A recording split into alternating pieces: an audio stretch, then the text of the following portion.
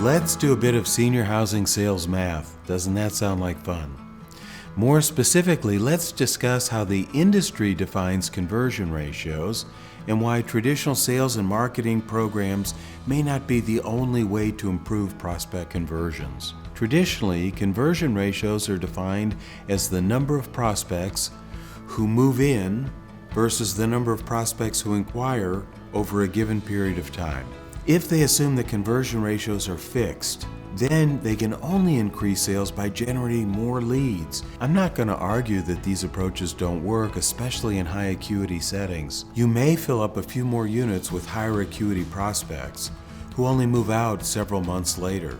Or you may have to discount your product and further reduce operating margins. During the years that I spent filling up troubled properties in short periods of time, I began to think of sales conversions slightly differently. As a sales manager, when I looked at conversions, I'm really trying to understand how effective my teams are at converting the prospects they're actively working on. I want them to minimize their time with non-sales activities that really belong in marketing or operations. And I want them to allocate as much time as they can to direct sales activities, face-to-face, voice-to-voice. I measure effectiveness by simply dividing the number of prospects who move in by the total number of active prospects the team is working with.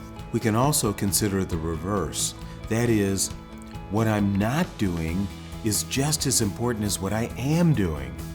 Note that I'm not simply counting the volume or the quantity of our team's work, and after ensuring that they have an adequate base of qualified leads to work with, I'm not asking them to spend their time on additional lead generation. Prospect-centered teams consistently produce conversion rates higher than the industry average, and it's not because those teams are only located in the best markets with the best product. No, like most high-performing teams, they stay focused on what they can control and avoid distraction on their way towards 100% occupancy. To be continued.